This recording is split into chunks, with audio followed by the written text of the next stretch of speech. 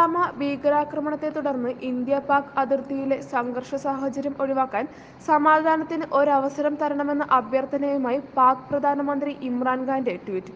പുൽവാമ ഭീകരാക്രമണത്തിൽ ഇന്ത്യ വ്യക്തമായ തെളിവുകൾ സമർപ്പിച്ചാൽ എത്രയും പെട്ടെന്ന് നടപടികൾ സ്വീകരിക്കാമെന്നും തന്റേത് വെറും വാക്കല്ലെന്നുമാണ് ഇമ്രാൻഖാൻ ട്വിറ്ററിൽ കുറിച്ചത്.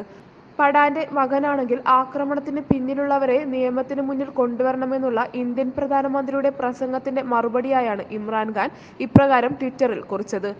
പഠാന്റെ മകനാണെങ്കിൽ പുൽവാമ ഭീകരാക്രമണത്തിന്റെ ഉത്തരവാദികളെ നിയമത്തിന് മുന്നിൽ കൊണ്ടുവരണമെന്ന് ഇന്നലെ നരേന്ദ്രമോദി രാജസ്ഥാനിൽ നടന്ന റാലിക്കിടെ വെല്ലുവിളിച്ചിരുന്നു. ഇതിന് പിന്നാലെയാണ് ഇമ്രാൻഖാന്റെ പ്രതികരണം.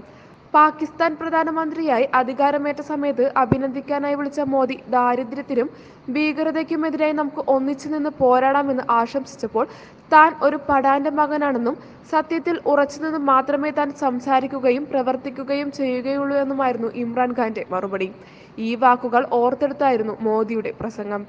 ആഗോളതലത്തിൽ ഭീകരവാദത്തിനെതിരായ വികാരം രൂപപ്പെടുകയാണെന്നും പുൽവാമ ഭീകരാക്രമണത്തിന്റെ ഉത്തരവാദികൾ ശിക്ഷിക്കപ്പെടണമെന്നുള്ള നിലപാടുമായി ഇന്ത്യ മുന്നോട്ട് പോകുകയാണെന്നും രാജസ്ഥാനിൽ നടന്ന റാലിയിൽ മോദി വ്യക്തമാക്കിയിരുന്നു. കണക്കുകൾ ഇത്തവണ തീർക്കുക തന്നെ ചെയ്യും. ഒരുപാട് മാറ്റങ്ങൾ വന്ന ഇന്ത്യയാണിത്. ഈ വേദന തങ്ങൾ സഹിക്കില്ലെന്നും ഭീകരവാദത്തെ എങ്ങനെ തകർക്കാമെന്ന് ഞങ്ങൾക്ക് അറിയാമെന്നും മോദി റാലിയിൽ പറഞ്ഞിരുന്നു.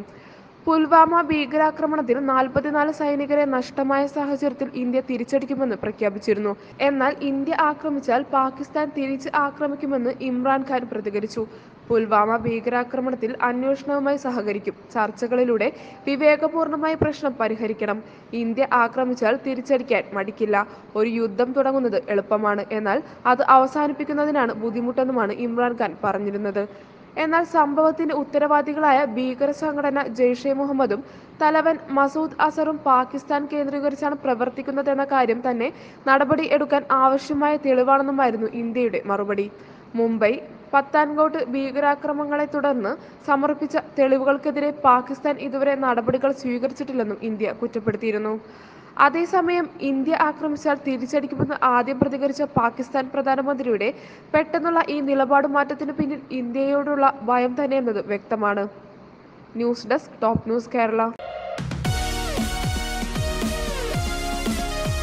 വാർത്തകൾ ഉടനടി അറിയാൻ top news Kerala YouTube channel subscribe ചെയ്ത് ബെല്ലൈക്കൺ അമർത്തി ലൈക്ക് ചെയ്ത് ഷെയർ ചെയ്യുക.